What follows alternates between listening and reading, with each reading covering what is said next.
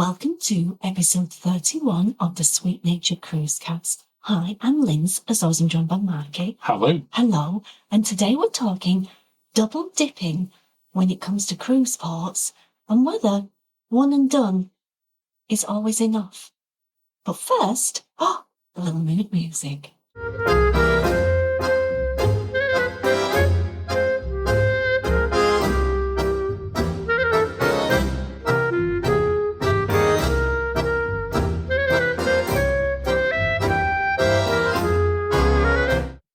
What did you think to today's mood music? Well, was that like a tango? It was a tango. As it takes two to tango? Yeah, and you dip and do things like that. So I will visualising that. Oh, nice. Okay. Do I get a point for this one? You can have a point for that. I'll take that. Last couple have not been winners. No, two to tango. What can I say? Yay, winning one. Anyway, let's see what happens next week. Next episode. In 2 weeks. So do that to me. It could be tomorrow, depending when you're listening to this one. But on the next episode, we'll see how we do. It's Tuesday, so it's not. It'll be the Tuesday after.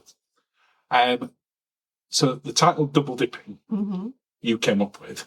Yes. Can you just explain a little bit more about what you mean, not only for the people listening or watching, but also for me, so that I've got half a chance of contributing during this? No. You know this. You know this. We were watching Gary's live, and he was talking about excursions, how he usually does a new excursion every time, wherever he goes in the world. Apart from, he loves the White Pass train at Skagway. He loves Skagway as a port. We love that. If and when we go back to Alaska, I'll be getting on the White Pass train in Skagway. Okay, so we're talking about doing an excursion or a port that you've done before, but also doing the exact same thing. So exact same one. Are we also including with that, for instance, exactly the same cruise ship doing exactly the same itinerary? Well, this is what we're going to talk about. No, but is that what? Maybe, because sometimes once is never enough. You think, I liked it so much, I want to do that again. Or that might be the only option that's open to you. Well, that one time. Yeah. That one time is the only time. No, that one itinerary. Are we still talking about? We'll get onto that in just a second. So we've got this topic which we're going to come on to in just a second. Double dipping. We've no cruise confession this week, and we've only got 2 news stories. I can go with that. We've got lasagna in the oven. Well, that isn't my thinking as to why there's only 2 news stories. I think both of the news stories we're going to have quite a bit to say on. So that's why I've sort of reduced them down. And I've not lasagna in the oven. It'll be fine. And I've not been tempted to cover the news story that literally everyone else is covering today about MSC. It don't really fit to us, because let's face it, it's not one that we can be happy about. But it is a fast. Unless we did it to each other. Well, it'd be hard to do a podcast with both of us if that happened. Oh, can you imagine? That would be a cruise confession. That's the ultimate cruise confession. Again, it's not an amusing one. But maybe that's season 5 of Murderers in the Building. They're on the cruise. Murderers on the cruise. Anyway, that's not in the news story. We digressed. And also, I apologise if you're watching. It's been a day. I've been for work. For work. Yeah. Well, you've just got back in, haven't you? Yeah, you can tell. Shall we go on to your topic of the show? Yes. So double dipping. Do you want to kick us off? Yeah, that's it. The train. It's So are we starting off talking about excursions? Let's do excursions. That you'd be quite happy. Yeah. Exactly the same way. Exactly the same. I loved it so much. I want to do it again. Okay. The train. Do you want to expand on the train for anyone that don't know what you're talking about? I'm talking about the train in Skagway. Believe it or not, there's more than one train in the world. I very much doubt it. Not every train in the world, that seems. What type of train are you talking about? Just trains. Not anything filthy where your mind went with that. No, I'm on about just the trains. It'd be a lot of train journeys to do them all. I like a fancy ass train. I wonder if anyone's done every train journey. Well, they might have done. That'd be a lot just in the UK. Well, Yes, but not always it's picturesque. not fancy as a train. No, it's not. So the Skagway one, which is the White Pass train that you're talking about. Yes. Yes. That, I mean, we practically never sort of cover excursions on our videos on the main channel because it's just not something we really do. There's plenty of people that do it better than we would. Yeah. So we just don't. But we knew we were going to video an awful lot of the White Pass. Now, you say video, I absorbed. I loved it. You did. But even though I was filming a lot of it, I'm so glad that I did because it's something that you can look back at and it's so picturesque. It's beautiful. It's a stunning one. And I didn't feel, for me, it distracted me from enjoying it. Well, Because yes, I'm still looking through the lens at everything that I'm saying. Yeah. But one of the bits that I would like to do, and this actually came up, I think, on the live stream yesterday, is with Skagway, if you go just, what's that? Sunday. On Sunday, about there. Yeah, it's Tuesday. It's Tuesday. Bank holiday. So. With Skagway, if you go just a month later, because we went right at the start of June, there's still a lot of snow there. Yes. When you get to the top of the mountain. Yeah. We had someone say they went in July and it was all green fields and flowers. I wouldn't like that. If you're taking me to the top, you want snow and ice. I want the coverage. It'd be interesting to see that at different times. No. Just to see what it's like. No, you're wrong. Okay. But I think Skagway is one that you could definitely do again and enjoy. I'd definitely do it again. We said that as soon as we came, literally. Oh. When we got off and we were walking back to the ship, we would get on and do that again. I loved it. Would we do the first class carriage? No. You're never getting in that first class carriage. It's 3 times the price, and we spent most of the time outside it. On the platform, that's true. I would do exactly the same again. I think if it were bouncing down, you'd probably spend more time inside. Lucky with the weather. But we had fantastic weather when we went. Yeah. And I wouldn't want to sort of get that first class one, hoping that I got bad weather. I know what you're saying. Yeah, I know what you're saying. But yeah, that is one that I would definitely do again. I'm struggling to think of many other excursions where I'd be quite happy to do exactly the same one again.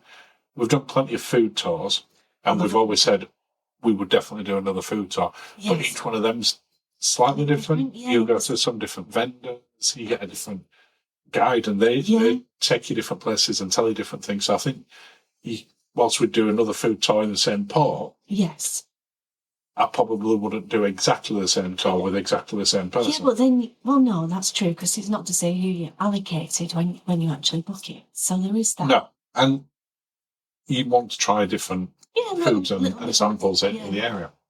So, but we've recommended those ones to other people. When I think of, so from an excursions point of view, I'm struggling personally to think of one where it's an example of I would be happy to do exactly the same again. Without obvious ones like going, well, if I went to Nassau, I'd go to Atlantis. Oh, it's taking me out of my head. If I were going stopping at Fort Lauderdale, I'd go to Disney. They're ones that you do again, but I don't really see them as excursions in Skagway. Okay. Do you know what I mean? Yeah. You're in a port and you go into. It's like if you pull up at Nassau and go to Senor Frogs. Some people do that. Yeah, but I'm not. We've never stepped foot in Senor Frogs. But you were going to say Atlantis. I was going to say Atlantis. Because we have done Atlantis a couple of times. We have done it a couple of times and we really enjoyed it.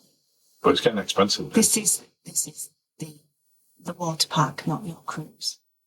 Not the cruise and not the mythical city either. We haven't done either of those two things. No. We've done the resort. Yes. And the water park. In the Bahamas, not Dubai. No. And it is amazing. Mm-hmm. Loved it. And I'd happily do that again. Yeah, that's what I'm saying. So there are things you will double dip. Yeah. But I don't necessarily think of that as an excursion in the same way. Itineraries wise, is there an itinerary that we've done where you'd be able to do exactly the same ports again without it being sort of deviation? Yeah. Oh, now, if you go to the Caribbean, that's the ones where more often than not, certainly the 7-night ones where you do the same ones, whether you do sort of the East route or the West route, and you'll go to sort of St. Thomas, or you go to Puerto Rico or St. Martin. Yeah. And those are ones that you do. And maybe a private island. Yeah. You see, I guess private islands, they can be a double dipper. But I think... Would you class them as that? I would say so, because you might go... oh, goodness, I'm going to undo my own theory here. You might go to the island, you might do a different thing on the island. For example, once we had a cabana. We are never having another cabana ever again. No, that was when we went to Coco Cay with Royal Caribbean. Way before it's anything like it is now. No water park and there were beach areas, a couple of beach areas and cabanas. And I think we paid $200. I thought that was pricey. And now they're between $2,000 and $4,000. So yeah, we wouldn't do that again. But I think you can go to them and do different things. It is just a different port. Isn't it? I'm just trying to think of somewhere in the Med where we would double up. You see, Gibraltar, we did different things, and some people always do the Rock again. Yeah, I wouldn't go back and do exactly the same thing in a port every time. One itinerary that I'd be absolutely happy to do exactly the same on was the one that we did on Resilient Lady out of Athens. Yeah, that was beautiful. But we wouldn't do the winery in the former military installation that's now on the border of Albania that now keeps all the wine. We wouldn't do that. I wanted to go for the historical reasons and to drink wine. And you've done that. And I've done it now. I've ticked it off. No, next time we go to Kotor, we'll definitely just spend time going around the hotel. Honestly. I wouldn't bother. I nearly call myself a swear word. Don't call yourself. But the actual itinerary of that, of Dubrovnik, we would definitely do it again. I'd be more than happy to do that. But it's one of those areas that if you go to the Adriatic, there's only so many places that the bigger cruise ships pull in anyway. You just select them. Okay. Whereas if you're in a smaller ship, you might go into some of the other ports. But the bigger ships, you are going to go into Dubrovnik and Kotor and Split. Mm-hmm. Because they're the ones where they pull into. And it's how they are. Let's move on to ships. Because there are ships in the past that we've done more than once. So we've done Navigator of the Seas a couple of times. We've done Quantum of the Seas a couple of times. So, but nowadays we try and do a different ship each time. This because of this, though. It is, but also for us to expect there's that many cruise ships now. You say that to me, but Well, let's talk double dip then. Which cruise ships would you be absolutely happy to get back on again? And which ones? Well, I won't ask you which ones not. I look shattered. I'm going to say... What's with the Kevin McAllister Home Alone? now you've done that bit, it looks like you put aftershave on now. I want to say I like a Virgin ship, and they're pretty much cookie cutter. They are, although they are putting differences between them. QM2? Yeah, happily do QM2 again, but I think because QM2 is so unique, there's not really anything else to go on that's like her now. No. Fjords, I'd do the fjords again, but I wouldn't do the Alden Skylift. So that's not a double dipper. That's a one and done. But on about actual ships. Sorry. If you're doing the fjords again, mm-hmm. and we're going to the same ports, mm-hmm. and you still won't get into Flam, mm-hmm. would you, next time you do the fjords, would you want to do it on Queen Mary 2 again, or would you like to try it on a different ship? I'd like to try it on a different ship. Yeah, but I would try it on a different ship that we'd done again going to somewhere different. So you'd be happy, for example, to do Iona in the Yes, fjords? yeah. But as opposed to Iona going to Barcelona? What we did before, yeah. Yeah. Okay, I get that. Would you get a different experience? Yeah, some people fall in love with the ships. They do. We spoke to plenty of people over the time who go back on the same ship time and time again, or they've definitely got a favourite ship. For instance, we spoke to plenty of people on P&O who absolutely love Britannia. Yeah. And that's their go-to one. I don't think I've heard people say it with the newer ships as much that, we'll only go Iona or Avia. They lose that personality a little bit. I think it's a soul thing. Yeah, it's not that Britannia's that old. It's not that QM2 is that old. They just have more of that, like you said, a soul, a personality. Yeah. And sometimes the bigger ships struggle to have a little bit. And sometimes quirky can be enticing. Yeah.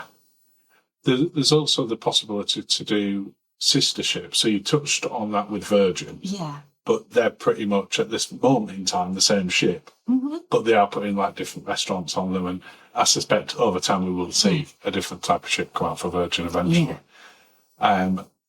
Whereas if you look at the most recent cruise that we did at the time of recording was Windstar. So they've got 3 ships that are nearly identical, which is Windstar, Star Legend, Star Breeze, and Star Pride. Mm-hmm.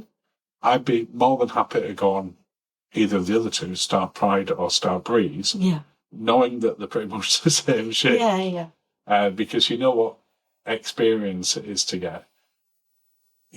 Technically, it's a different ship. Yeah, I know what you're saying. But it's kind of not. Yeah. It's in there. Is there any of the ships that we did early on when we started cruising that you'd really like to go back and revisit now and see if you have a different opinion on them? No, I don't think so. See, I've got one that I really would like to try again. Oh, which one's that? Disney Magic. Well, that's only small. I know. But I think that was the second cruise line that we ever did after doing a couple of Royal Caribbeans. Royal Caribbeans, yeah. So it was our first time. Yeah. And I remember it being very small now. And I think it is relatively. She is small, yeah. Not compared to some other ones, but certainly compared to others.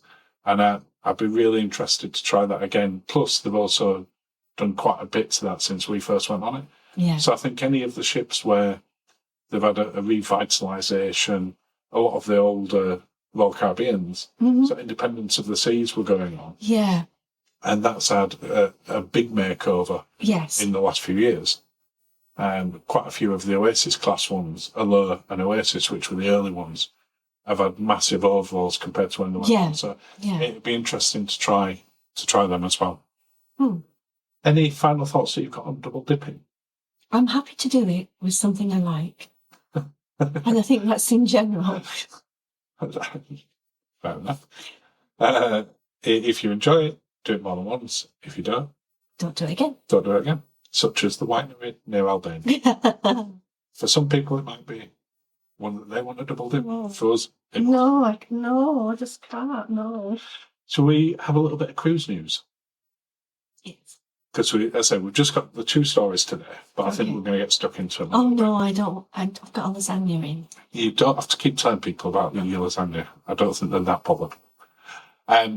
Royal Caribbean have had a little bit of an issue in the last month, in that they've overbooked on Allure a couple of times. What are they doing? So, but there's a twist to this one. Okay. And I'm interested to hear what you think. Okay. So this is for one that's going out in a few days' time in May. All right. They had one at the back end of April, and they did the same on both these. So, overcapacity, which you wouldn't have thought that you can oversell them. I'm still not entirely sure how they're overselling them. There's some API not speaking to something. There's something happening somewhere, but I don't see why you wouldn't know it until the last minute, unless they're hoping on cancellations or relying on cancellations. But you get used to it in planes overbooking. Yeah. Semi-often, but I find it weird for cruise lines. So, here's what they did. Oh, no. So, Royal Caribbean reached out to Guess, but with some really tempting options. Okay. I'm interested to know, one, which option you would take. Okay. If you would take any. All right. And do you think they're reasonable? All right. So, this is for ahead of Allure of the Seas sailing on May 15th. Which we could have done because it would have been for my birthday. Yeah. At the time of recording, it's just a week away from now. Yeah. Is it 7th today? 8th today? Oh, no. 7th. 7th. So it's just over a week away. So was it 6th? No, it's definitely at least the 7th when we're recording. It is the 6th of May. So well done to you. So it's currently 9 days away. So we've had one cancelled at 3 days out. Yes, we have. Yeah. And we got the credits that we got for that. Yeah. P&O cancelled one at 1 day out, technically less than 1 day out. Yeah. Just a few weeks ago. Yeah. When she came out of dry dock. So this is 9 days, so it's not too short. Yeah. So they've said, ahead of your Allure of the Seas sailing on the 15th of May, we're looking to see if you and your travel partner have flexible travel plans. Okay. So that's the email that came out. And then they gave them 3 options. All right. The first is to remain on the same sailing, but move to a cosy interior stateroom. No, you can. No. Don't say no yet. I'm saying no to that one. Well, hold your horses. Oh. That was their description, a cosy inside, cosy interior. If you did that, you would get a full refund of your current booking. Okay. Plus still get to go on that cruise. Yeah, all right, so book the holidays. And $200 on board credit. Are you tempted? Full refund and the cruise still. I feel we'd argue on this. I think getting a full refund and you're still on the cruise, that's a pretty good offer though. I'd be like a cat in a box. But you get another cruise. Yeah. However, keep your cat in the box for a second because you've got option number 2.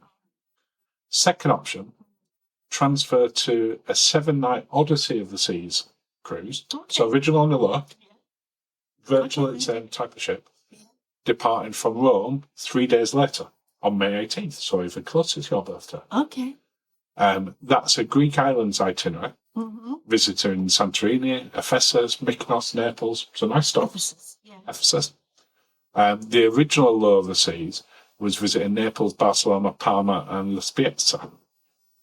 Spezia. So a very different itinerary. Yeah. Even though the 2 cruises are the same length. So, if you went on the Oasis class Allure, you had sort of all the sort of aqua shows and stuff. Okay. Whereas Odyssey is a Quantum Ultra. So it's a little bit smaller shape, but also still quite cool. Yeah. To be fair, I honestly like the itinerary on that one more. So to sweeten the deal, for anyone who's willing to transfer, you get a full refund of the first cruise on there. And everything is covered, so you just have to pay the taxes and fees. You've still got to get that. So that's your option 2. So you transfer to a new one, but you get 100% refund and still a cruise. Third option is for guests to cancel the cruise for a full refund, and anyone who does will get full refund plus 100% cruise credit. 100% cruise credit? Yeah. I'm having that. Because all the other ones, you got 100% cruise credit as well. No, plus the cruise? So you got a free cruise and a refund. You got the full refund on both of them. So you essentially got 100% cruise credit on all of them. And a cruise. On this one, you just get your money, you just get 100% cruise credit. Plus your money back. Yeah. What they've also said as well, for anyone who chose to either the Odyssey of the Sea swap or simply to cancel altogether, that Royal Caribbean would also reimburse non-refundable prepaid expenses such as hotels and flights. And parking and things. And then you would have up to a year from then to use your cruise credit. Okay. P&O's recent offer, when they did that, was 20% cruise credit. And nothing. You couldn't transfer it. Speak to him. It was a refund and a 20% credit. Yeah. What do you think of, 1, them overselling, 2, the options that they gave, are they fair? And 3, why was P&O's even worse to that level? Well, do you think it's a very good offer that Royal Caribbean put out? Because I think it's staggeringly good. I'm curious as to why it's so good. I guess it's also... Yeah, I was just about to say, you're making sure you protect your customer base. There were a lot of people who were very upset how P&O handled that, how P&O did the Maleth one as well. It wasn't great. I'm going to say, I've said this before, and I'm going to say this again. The Maleth, where you booked a flight using an info email, it did not fill me with confidence. And why it was a surprise that it went wrong baffles me. Oh. An info app email No, it were to book a plane. very strange. I think what you've said there is exactly right, and that was my first thought of it. It is about brand loyalty. Mm-hmm. I think, Royal Caribbean does have incredibly loyal brands. It's the only one, with the exception of Virgin, that we have top level. Well, actually, no, there is one above us, where we've reached that ourselves with no brand matching or anything. So I think it's about that. I also think that they're using it as a one-up over their main rival group, Carnival. Yeah. Which is where P&O sits. Yeah. And showing how to do it right.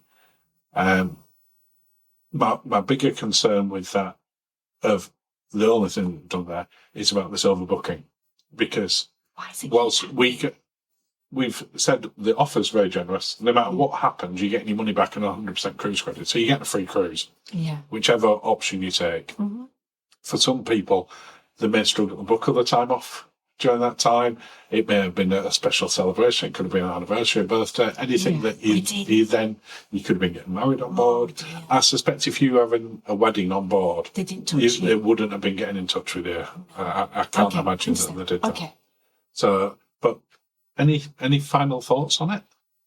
Hazy money takes your chance at the minute with the low scenes, isn't it? It's encouraging me to book one.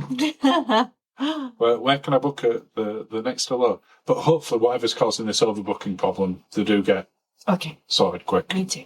And that they don't get in touch with us for our group cruise the week before either. Otherwise, there could be some people by themselves on our group cruise. No, we definitely would. Food story number 2. Mm-hmm. Celebrity XL. Yes. Celebrity's next version of their Edge class ship. Mm-hmm. And it's going to have quite a few changes by the sound of it. Stuff's starting to leak a little bit now. Well, I say leak. They put it out. They're putting it out there. There's still a lot unknown on that. But they've introduced something, and I think that they've taken inspiration from Virgin. Okay. And maybe other ones, but in particular Virgin. Mm-hmm. You'll see why in a sec. What they're referring to as date night. Okay. We've mentioned so many times about, certainly when you got a specialty dining on a ship, how it's a date night. How it's a date night. And especially on Celebrity when we did Apex, because some of the restaurants on there are expensive. Yeah. And on the Edge class ones, you've got even more expensive ones. With is it Le Voyage? Yes. Which is one of the most expensive specialty dining options at sea. Mm-hmm.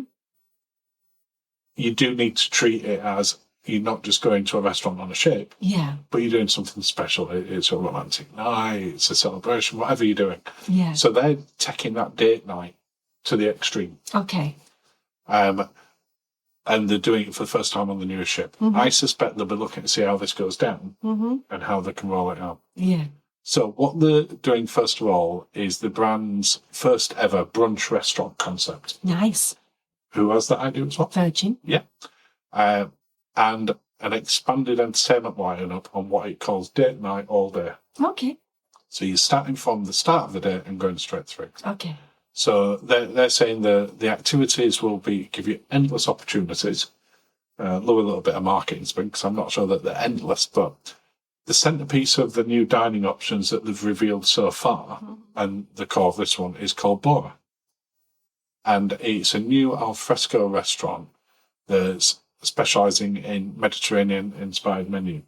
Okay. Which all of a sudden, the sort of Mediterranean Spanish side seems to be getting quite popular. Windstar, we had Quadro 44. Yeah. Virgin have just announced Rojo with their Spanish one. So that sort of tapasy style one seems to be getting very popular.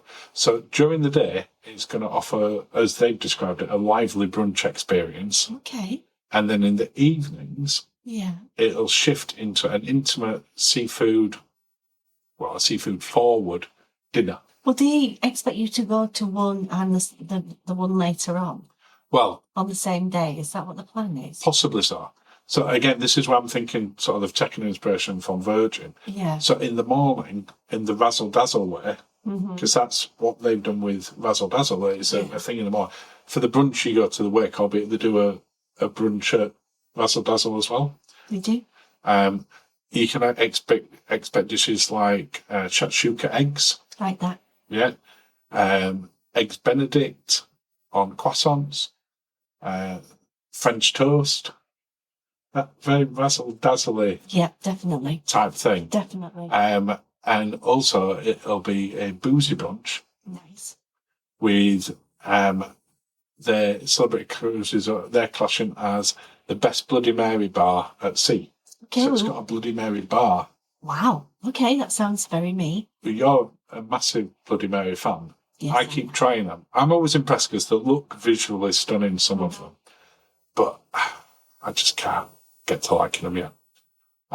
But in an evening, they're going to transition it into a chef-led diner, chef-led dinner even, with dishes like branzino, razor clams, lamb tagine with couscous. So it's doing not just a tapestry style, but a wider menu. Okay, see, yeah.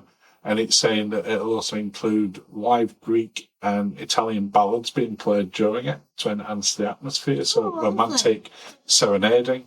And on there, it'll have 32 food and beverage places now. Wow, okay. So as I said, they've not sort of released anything specifically. And one of the bit that's tagged into that that they've just announced is that XL was originally sailing on the 18th of November. Yeah. It's now brought it forward 9 days. Wow. So they're shoving in another maiden. They're shoving in another cruise. So it's now going out on the 9th of November for the first time. And they've given anyone who was booked on the 8th the option of transit. The 18th. On the 18th. But the one on the 9th is just a 4-night one. Okay. And then I guess it's doing maybe media ones in between. Yeah. For a couple of days before it does Proper. the other one. But it's nice that it's so far ahead. Yeah. That people can make that sort decisions. What are we now May? So 6 months out. Yeah. That they're saying it's going to be early. Yeah. Because of late, no, that's not been the case. When I saw the news story, that it said the maiden date's changed, or oh dear, when is it now? Next year? Now? No. No, early. So, what's your thoughts in terms of what they're doing with the date night? I like it. Do you feel they've been inspired? I think they might have been. What would you like to see them doing, or which other cruise lines do you think should follow suit and sort of work that date night up a little bit? All of them. Do you think the date night thing would work on Cunard as well? You'd have to take a different approach, I feel. It would be, because you need either verandering or one of the pop-ups. One of the pop-ups. Maybe they'd have a romantic pop-up, and that would have a more sort of caviar and lobster and that kind of feel to it, and do it that way. The obvious one for me that it would work incredibly well for, two. Royal Caribbean, I think it would work incredibly well, because even if you're going on there with younger children and you've earned a date night, let's face it, they've got the kids club where they can go in there till very late and from very early. So you could still do that whole day thing with them looking after your children, which sounds even more appealing. You might not like it when you get them back at 1 a.m, but you do that. But I think it would work really well on the new Disney ships, because they've got some great adult venues now with restaurants and bars. Yes. Where you would probably really appreciate on a Disney ship some sort of adult daytime. Where you're in a ship where it's heavily family, heavily sort of kid friendly. It gives you a break from...